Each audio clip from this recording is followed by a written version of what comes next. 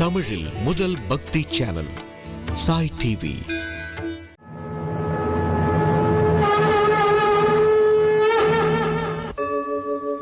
यदा यदा हि धर्मस्य ग्लानिर्भवति भारत अभ्युत्थानम् अधर्मस्य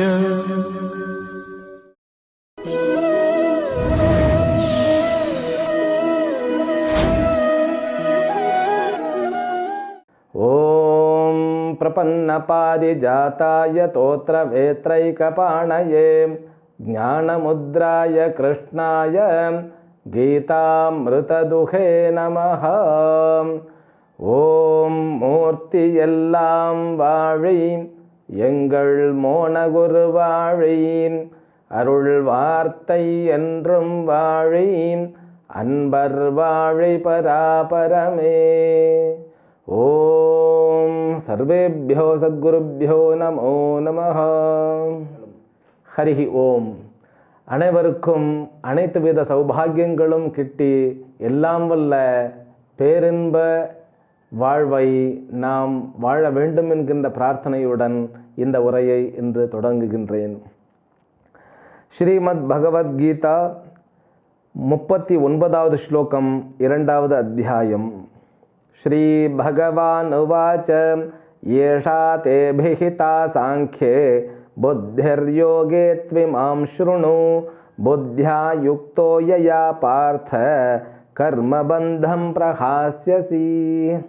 பகவான் கிருஷ்ணர் அர்ஜுனனுக்கு நீ போர் புரிய வேண்டும், ஆனால் இந்த போர் புரிவது என்பது முதலில் போர் புரிந்ததை போல அல்ல அப்படின்னு சொன்னார். அப்போ என்னதான் சொல்ல வருகிறார்? நம்ம வாழ்க்கையின் முன்னெடுத்து செல்ல வேண்டும். எல்லா செயல்களும் தர்மத்திற்கு உகந்த செயல்களை எல்லாம் செய்து கொண்டு போக வேண்டும், ஆனால் வேறு விதமாக செய்ய வேண்டும் அப்படின்னு சொன்னார். அப்போ வேறு விதமாக செய்ய வேண்டும் அப்படின்னா என்ன அர்த்தம்? அப்போ இது வரைக்கும் கையில் பண்ணதெல்லாம் காலில் பண்ணணும்னு அர்த்தமா என்ன? அப்படி இல்லை. செயல்களினுடைய உள்ளே இருக்கக்கூடிய எதிர்பார்ப்புகளை மாற்ற வேண்டும் அப்படிங்கிறார். ஏன்னா மனிதனுடைய மனம் எப்பொழுதுமே எதிர்பார்ப்பை கொண்டு இருப்பது. இந்த மனதனுடைய ஒரு வீக்னஸ் என்ன அப்படின்னா, ஒரு பலஹீனம். ஒன்று எதிர்காலத்தை பற்றி சிந்தித்து கொண்டே இருக்கிறது, இல்லையா கடந்த காலத்தை பற்றி நினைத்து கொண்டு, அதாவது இது இப்படி நடந்திருக்க வேண்டும், அது அப்படி நடந்திருக்க வேண்டும் அப்படின்னு அந்த ஒரு ஒரு டெலிமான்னு சொல்லுவாங்க, இதுவா அதுவா இதுவா அதுவான்னு சொல்லி அதிலேயே கழித்து கொண்டிருப்பது. அப்போது கடந்த காலத்தையும் எதிர்காலத்தையும் தான் இது தொடர்பு படுத்தி கொண்டே இருக்கும் இந்த மனசு. அப்போ அப்படிப்பட்ட மனமானது, அதாவது அப்படிப்பட்ட புத்தியானது இந்த கர்மயோகத்திற்கு லாயக்கற்றது. அதைத்தான் சொல்ல வருகிறார். அதை கடைசியில் சொல்லுவார், விவசாயாத்மிகா புத்திஹி அப்படின்னு அங்கே சொல்லுவார். அடுத்தடுத்த ஸ்லோகத்தில் சொல்லுவார். நான் கொஞ்சம் முதல்லையே சொல்லிட்டேன்.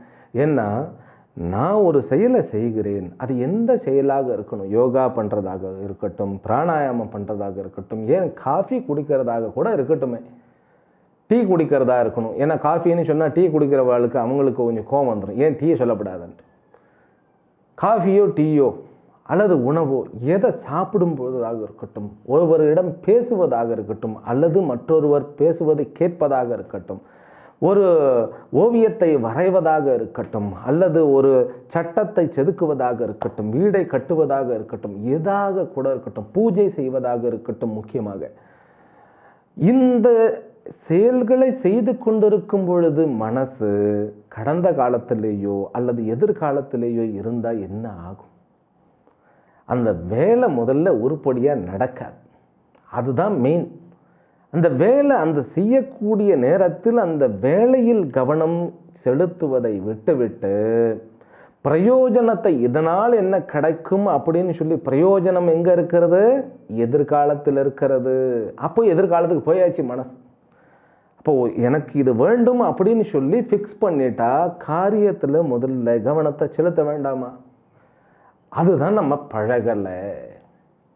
அது ஏன் பழகலைன்னாக்கா, எத்தனையோ விஷயங்களை நம்ம அப்படியே மெக்கானிக்கலாக கவனம் வந்து பாதி கவனம் வைத்தால் போதும், அப்படியே செய்து கொண்டே இருக்கிறோம் இல்லையா. முதல்ல சைக்கிள் கற்றுக்கொள்ளும் பொழுது, முதல்ல வந்து நீச்சல் கற்றுக்கொள்ளும் பொழுது, முதல்ல வந்து ப்ரஷ் பண்ண கற்றுக்கொள்ளும் பொழுது, இதெல்லாம் முதல்ல கற்றுக்கொள்ளும் பொழுது, டிரைவிங் பண்ண கற்றுக்கொள்ளும் பொழுது ரொம்ப கவனமாக அதில் மனதை வைத்து, அந்த நேரத்தில் வந்து ப்ரெசண்டில் இருக்க மனசு, தற்காலத்தில் இருக்கிறது மனசு, அந்த தற்காலத்தில் இருக்கக்கூடிய மனசு வந்து சீக்கிரமாக கற்றுக்கொள்ளுகிறது. அதைத்தான் ஏகாகிரத சித்தம் அப்படின்னு பதஞ்சலி சொல்லுவார்.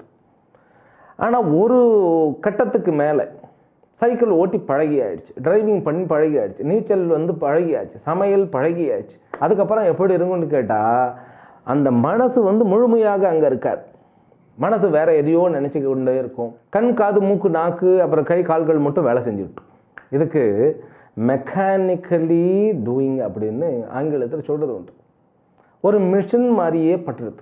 மிஷின் என்னன்னு கேட்டால் சுவிட்ச் போட்டால் அது பாட்டி பண்ணிட்டு இருக்கும், அது எதையா திங்க் பண்ணுதா என்ன, அந்த மாதிரி என்னத்தையோ திங்க் பண்ணிவிட்டு இங்கே பண்ணினா அது சாதாரண கர்மமே கிடையாது. அப்புறம் எங்கே போய் யோகம் ஆகிறது.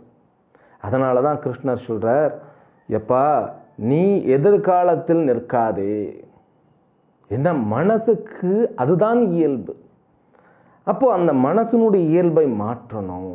உனக்கு தேவையானதை நீ ஃபிக்ஸ் பண்ணிவிட்டு நிகழ்காலத்தில் வாழ்வாயாக. ஆனால் என்ன, இந்த நிகழ்காலம் என்பது கடந்த காலத்தினுடைய வரப்பிரசாதம் இல்லையா, தொடர்ச்சி தானே. இப்போ நேற்றைக்கு நான் வந்து நல்லா சாப்பிட்ருந்தேன்னா இன்றைக்கி ஆரோக்கியமாக இருப்பேன். நேற்றைக்கு நல்ல எண்ணங்களை நினைத்திருந்தால் இன்றைக்கி என்னுடைய மனசும் தெம்பும் ஆரோக்கியமாக இருக்கும். நேற்றைக்கு மனம் அல்லது சரீரம் ஆரோக்கியம் இன்மையாக அல்லது ஆரோக்கியத்தை கொடுக்காத உணவுகளை ஏற்றிருந்தால் இரண்டுமே சீர்கெட்டு போயிடும் இல்லையா.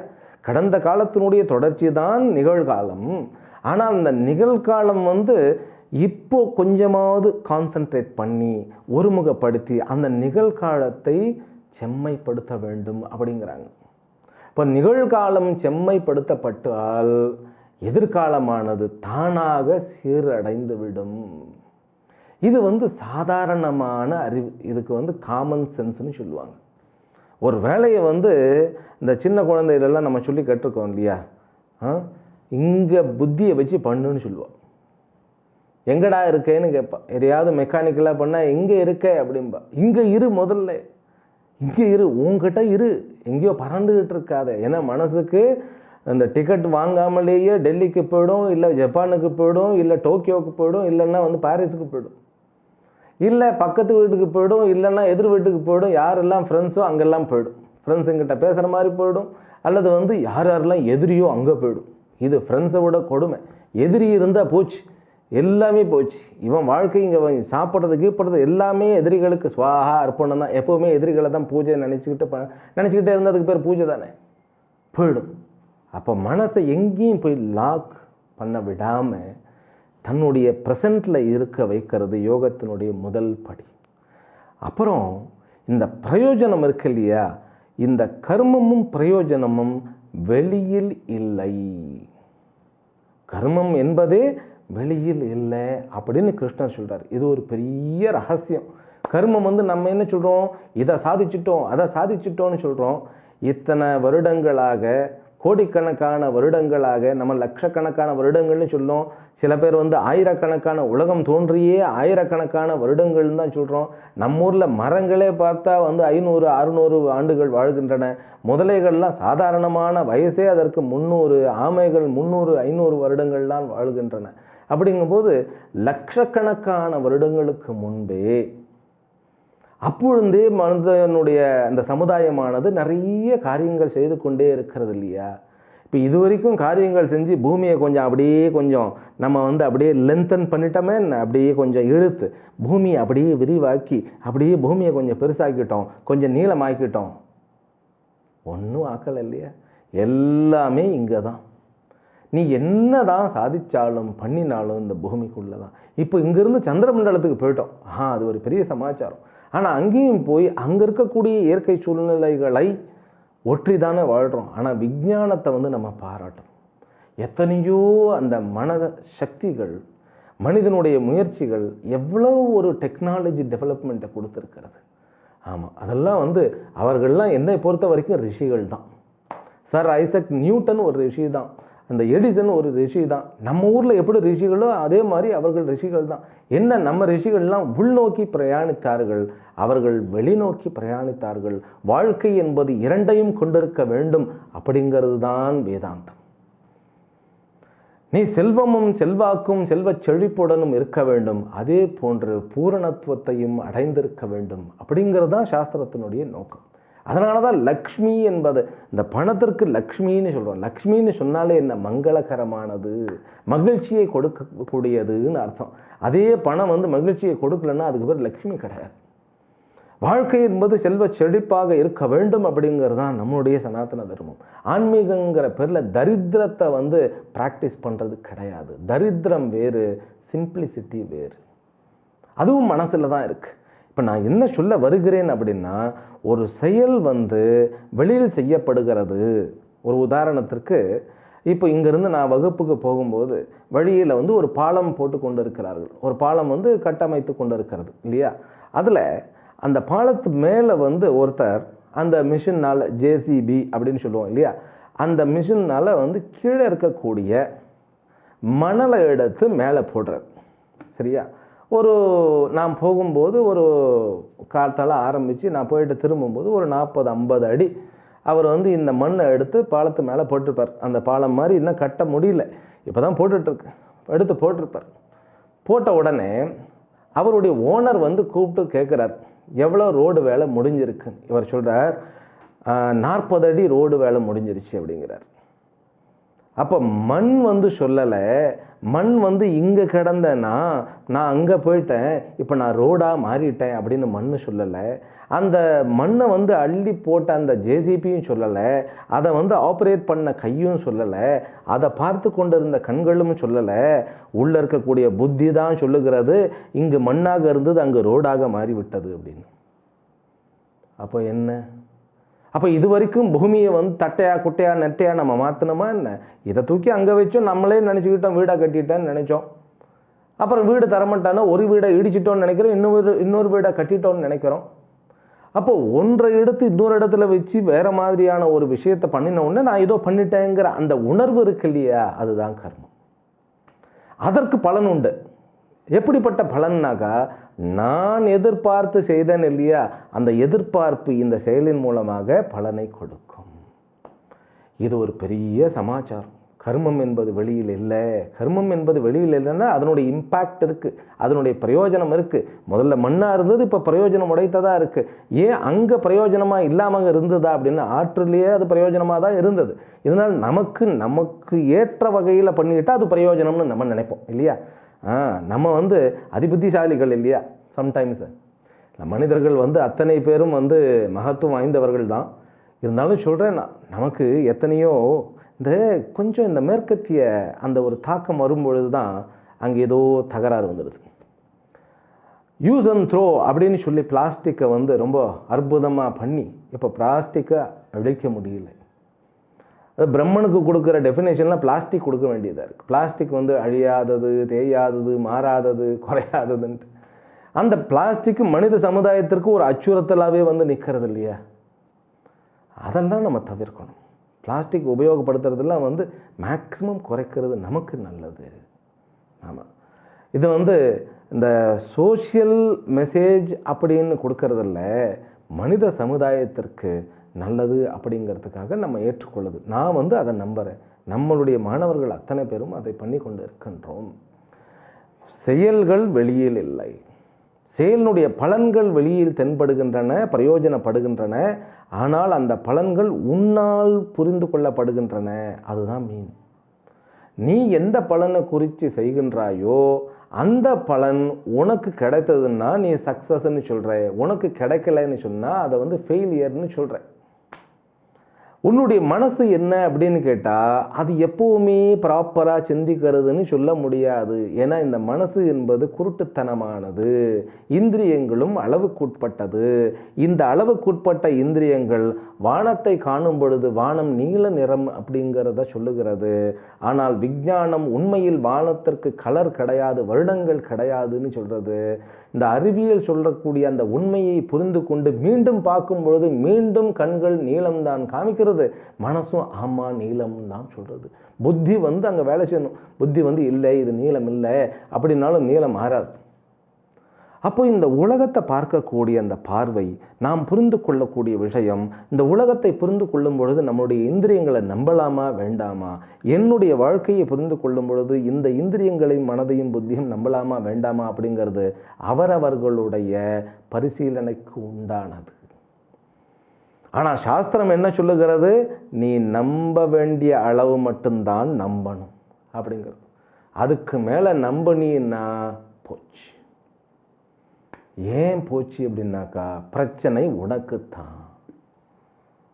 ஏன்னா காணல் நீர் இந்த ரோட்டில் அப்படியே ட்ராவல் பண்ணும்போது எங்கேயோ தூரமாக தண்ணி இருக்கிற மாதிரியே தெரியும், பக்கத்தில் போனால் தண்ணீர். அதுக்கு பேர் காணல் நீர்னு சொல்லுவோம் இல்லையா, மிராஜ் வாட்டர்னு சொல்கிறோம். இந்த காணல் நீர் போயிட்டே இருக்கும், தூரம் போயிட்டே இருக்கும். அப்போ இந்த வாழ்க்கையில் கர்மம் என்ன அப்படின்னு புரிந்து கொள்ளும் பொழுது தான் நமக்கு ஒரு உத்வேகம், அதாவது ஒரு ஞானம் தோணும், ஒரு கான்ஃபிடென்ட் வரும் நமக்கு. இப்போ கர்மம் என்பது ஒரு சூக்ஷ்மம். இந்த மனசுக்கு கர்மம் எங்கே நடக்குதுன்னு கூட புரிந்து கொள்ளக்கூடிய தன்மை இல்லைன்னா பாருங்களேன். நம்ம ஒரு ட்ரெயினில் உட்காந்துட்டு இருக்கோம், நம்ம ட்ரெயின் திடீர்னு புறப்பட்டுச்சோன்னு பயம் வந்துடும். ஏன்னா பக்கத்தில் இருக்கிற ட்ரெயின் மூவ் ஆகிருக்கும், உடனே நம்ம ட்ரெயின் மூவ் ஆகுதோன்னு சொல்லி நம்ம அவசரப்பட ஆரம்பிச்சிடுவோம். நம்ம கூட வந்தவர் எங்கே அப்படின்னு தேட ஆரம்பிச்சிடுவோம். உண்மையா இல்லையா? அதனால தான் மனசு அளவுக்கு உட்பட்டது அப்படின்னு பெரியவங்க ஏற்கனவே சொல்லி வைத்து விட்டார்கள். அவர்கள் சொல்கிறது இந்த கர்மம் அப்படிங்கிறது ஒரு சூக்ஷ்மமான ஒரு நிகழ்வு. அதை நீ தான் செய்கிற அப்படின்னு நீ நினைக்கிற, இல்லை, அது ஏற்கனவே நிகழ்ந்து கொண்டிருக்கிற நிகழ்வு. நீ பிறக்கிறதுக்கு முன்னாடியே பூமி சுற்றி கொண்டு தான் இருந்தது, சூரியன் உதித்து கொண்டு தான் இருந்தது. உண்மையில் பூமி தான் சூரியனை சுற்றுகிறது, ஆனால் சூரியனை பூமி சுற்றுவதாக உன்னுடைய மனதும் கண்களும் கூறுகின்றன. அப்போது இந்த கர்மத்தை பரிசீலனை பண்ணணுன்னாக்கா உனக்கு இன்னொரு கண் தேவை. அந்த கண் மூன்றாவது கண் என்று கூறப்படுகிறது. மூன்றாவது கண் அப்படின்னு ஒன்று ஏதோ திகிலாக ஏதோ நினச்சிட வேண்டாம். மூன்றாவது கண் என்பது சாஸ்திரத்தை குறிப்பிடுகிறது, ஞானத்தை குறிப்பிடுகிறது. இந்த சாஸ்திரம் நமக்கு கொடுக்கக்கூடிய அந்த ஞானத்தை கொடுக்கிறது. அதனால தான் திரையம்பகம் அப்படின்னு அவருக்கு பெயர். யாருக்கு? சிவபெருமானுக்கு திரையம்பகம் என்பது பொருள். அந்த பொருள் மூன்றாவது கண் என்றால் ஞானம் என்பது ஒரு கண். இந்த ஊனக்கண்ணினால் காண முடியாததை புத்தி என்கின்ற கண்ணினால் உணர்ந்து கொண்டு இந்த உலகத்தில் வாழ்வதற்குண்டான விஷயத்தை சொல்லுவதே இந்த சாஸ்திரத்தினுடைய வேலை. அப்போது இந்த கர்மமானது வெளியில் இல்லை, கர்மமானது உள்ளே தான் இருக்கிறது. அதுவும் கூட புத்தியில் தான் இருக்கிறது. அந்த புத்தியை சரி செய்யும் பொழுது கர்மமானது சரியாக்கப்படுகிறது. அதனால்தான் இதற்கு புத்தியோகம் என்றும் இதற்கு பெயர் வழங்கப்படுகிறதுன்னு நம்ம புரிந்து கொள்ள வேண்டும். இப்போ கர்மம் அப்படிங்கிறது தன்னளவில் ஆபத்து இல்லாதது. அதை ஆபத்துக்கு உண்டான விஷயமாக மாற்றுவது நம்முடைய புத்தி தான். கர்மம் என்பது அக்னியை போன்றது, அது ஒரு கத்தியை போன்றது. கத்தி ஒரு கொலைகாரனிடத்தில் இருந்தால் அது இன்னொரு உயிரை காவு வாங்குகிறது. அதே கத்தியானது ஒரு வைத்தியரிடம் இருந்தால் இன்னொரு உயிரை வாழ வைக்கின்றது இல்லையா? அந்த கத்தி என்பதனுடைய அதே மீனிங் இந்த கர்மத்திற்கு வைக்கணும். அக்னி என்பது அது யாகமாக செய்யப்படும் பொழுது, ஆரத்தியாக காட்டப்படும் பொழுது அது வழிபாடாகிறது.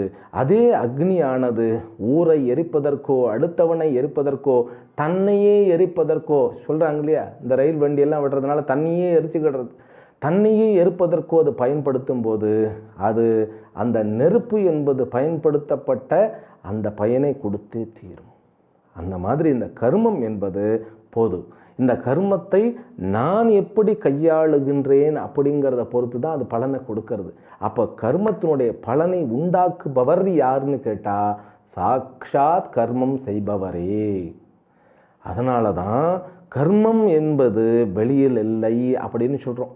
ஏன்னா கர்மம் என்பது நம் புத்தியில் இருக்கிறது, எதிர்பார்ப்புடன் இணைந்திருக்கிறது. அந்த எதிர்பார்ப்போடு நம்மை இணைத்து வைக்கின்றது. இதெல்லாம் ரொம்ப கொஞ்சம் ஒருத்தருக்கு தான் ஒரு வீடு கட்டணும்னு ஒரு ஆசை. அந்த வீடு கட்டும் பொழுது அந்த வீடு வந்து இப்போ வீடா மாடலாக பார்க்குறாரு. யார் வீட்டை பார்த்தாலும் என்ன நினைக்கிறாருன்னா இந்த மாதிரி இருக்கலாமா, அந்த மாதிரி இருக்கலாமா அப்படிங்கிறது. அப்போது அந்த சிந்தனை எத்தனையுமே வீடு கட்டுறதா, யாராவது 2 பேசிட்டாலும் லோன் கொடுக்குறாங்களா அப்படின்னு அந்த வீட்டை பற்றி தான் நினைக்கும். இந்த மாப்பிள்ளை பார்க்கறது பொண்ணு பார்க்குறதும் அதே மாதிரி தான். யாரை பார்த்தாலும் நம்ம பொண்ணுக்கு சரியாக இருக்குமா, நம்ம பையனுக்கு சரியாக இருக்குமா, அந்த சிந்தனையும் மாறிடுது இல்லையா? இது தவறில்லை. ஏன்னா இன்னும் கூட பாரத நாட்டில் தான் தனக்கு பிறந்த குழந்தைகளுக்கு தான் கல்யாணம் பண்ணி அவனை வந்து செட்டில் ஆக்கணுங்கிற அந்த தகப்பனுடைய துடிப்பு, தாயினுடைய துடிப்புங்கிறது உண்மையிலேயே மதிக்கப்பட வேண்டிய விஷயம். அது வெளிநாடுகள்லாம் கிடையாது. பிறந்த உடனே அப்படியே விலங்கு மாதிரி விட்டுட்டான். பாவமாக இருக்கும் பார்க்குறதுக்கு. அவர்களுக்கு பார்த்தா அந்த சின்ன வயசுலேருந்தே இன்செக்யூரிட்டி இருக்கும். நம்மக்கிட்ட அப்படி இல்லை. அது நம்மக்கிட்ட என்ன இன்னொரு ட்ராபேக்குன்னாக்கா, முடிவெடுக்க பையனை விடாமையே திருமணம் பண்ணி அப்புறம் நீ தனியாக வாழ்ட்டான்னு சொன்னால் அவனுக்கு திகைப்பான் இல்லையா? அதை வந்து நம்ம சரி பண்ணிக்கலாம். ஆனாலும் கூட அந்த பெற்றோர்களுடைய கடமையை அவர்கள் சீர்தூக்கி செய்வது என்பது ஒரு பெரிய சமாச்சாரம். அது உண்மையில் அவர்கள் அத்தனை பேரும் அவர்களுடைய விருப்பத்தை நிறைவேற்றுமாறு நம்முடைய கடவுள் அவர்களுக்கு அனுகிரகம் செய்யட்டும். அப்போது அந்த எந்த ஒரு எதிர்பார்ப்பு நம்ம வைக்கிறோமோ, ஒரு குறிக்கோளாக வைக்கிறோமோ, அதுவாக நம்ம மாறிடுறோம். நம்ம சாப்பிடும்போது யாராவது டிவியில் ஏதாவது பேச இந்த மணமக்கள் தேவை அப்படின்னா டக்குன்னு அங்கே போயிடும். ஸோ அதனால் இந்த மனசுங்கிறது இந்த பலனோடு கட்டி வைக்கப்பட்டு இருக்கிறது. ஒவ்வொரு கர்மமும் அந்த பலனுக்காக அப்படிங்கும்போது இதெல்லாம் சூக்ஷ்மம். குறிக்கோள் இல்லாமல் கர்மம் இல்லை, கர்மமும் குறிக்கோளும் இணைந்தது. இதெல்லாம் நான் முதல் அத்தியாயத்திலேயே கர்ம சூக்ஷ்மங்கள் அப்படின்னு நான் சொல்லியிருக்கேன். அதே தான் வந்து தர்ம சூக்ஷ்மமும் கர்ம சூக்ஷ்மமும். இதெல்லாம் வந்து கொஞ்சம் கொஞ்சமாக படிக்கணும். ஒரே நாளில் நம்ம இவ்வளவும் சொல்லும் பொழுது என்ன ஆயிடும்னு கேட்டால் கொஞ்சம் அதுக்கு கஷ்டமாகத்தான் இருக்கும்.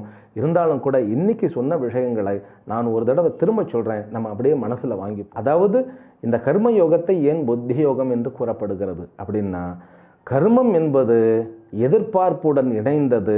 எதிர்பார்ப்பு பொருள்களில் இல்லை, என்னுடைய புத்தியில் மனதில் இருக்கிறது. என்னுடைய மனதில் இருக்கக்கூடிய எதிர்பார்ப்பை நிறைவேற்றி கொள்வதற்கு நான் வெளியில் செயல் ஆற்றுகின்றேன் இல்லையா? அந்த வெளியில் செயல் ஆற்றும் பொழுது என்னுடைய எதிர்பார்ப்பு தான் அங்கு செயலாக வருகிறது. அப்படிங்கும்போது இந்த எதிர்பார்ப்பினுடைய பலனாக இந்த செயல் அமைந்திருக்கிறது. அதனால் எதிர்பார்ப்பு தான் முக்கியம். அதனால தான் கர்மம் உள்ளே இருக்கிறது. கர்மத்தினுடைய பிரயோஜனம் வெளியில் இருக்கிறது. ஆனால் வெளியில் கிடைக்கக்கூடிய பிரயோஜனத்தை நான் டிபெண்ட் பண்ணலை. எனக்கு தேவை நான் விரும்புகிறது தான் இல்லையா? அதனால தான் இந்த யோகத்திற்கு பேர் புத்தி யோகம். நான் எதிர்பார்க்கக்கூடிய அந்த எதிர்பார்ப்பு இடத்தில் மாற்றத்தை கொண்டு வர வேண்டும். நான் எங்கே மாற்றணும்னா என்னுடைய புத்தியை மாற்றணும். எப்படி மாற்றணும்னாக்கா, எதிர்பார்ப்பு வைப்பது என்பது மனதினுடைய இயல்பு. ஆனால் அந்த எதிர்பார்ப்புக்கு ஏற்ற மாதிரியே தான் நடக்க வேண்டும் அப்படின்னு எதிர்பார்க்கக்கூடாது. ஒரு ஃபிக்ஸ் பண்ணணும். கோலை ஃபிக்ஸ் பண்ணாமல் லைஃப் இல்லை, கர்மமும் கிடையாது. கோல் என்பது, அதாவது குறிக்கோள் என்பது நிர்ணயிக்கப்பட வேண்டும். அந்த நிர்ணயிக்கப்பட்ட குறிக்கோளிடம் நாம் எப்படி இணைய வேண்டும் அப்படிங்கிறத வைத்து கொண்டு தான் கர்மயோகம் ஆரம்பிக்கப்படுகின்றது. அதை நாம் தொடர்ந்து அடுத்தடுத்த வகுப்பில் புரிந்து கொள்ளுகின்றோம். ஆகவே இத்துடன் இந்த உரையை, இந்த வகுப்பை நிறைவு செய்கின்றேன். எல்லாம் வல்ல இறைவனுடைய பேரருளால் அனைவருக்கும் மங்களம் உண்டாகட்டும். ஹரிஹி ஓம். ஓம் பூர்ணமதః பூர்ணமிதம் பூர்ணாத் பூர்ணமுதச்யதே பூர்ணஸ்ய பூர்ணமாதாய பூர்ணமேவாவசிஷ்யதே. ஓம் சாந்தி சாந்தி சாந்தி. ஹரிஹி ஓம். ஸ்ரீ குருப்யோ நமஹ. ஹரிஹி ஓம்.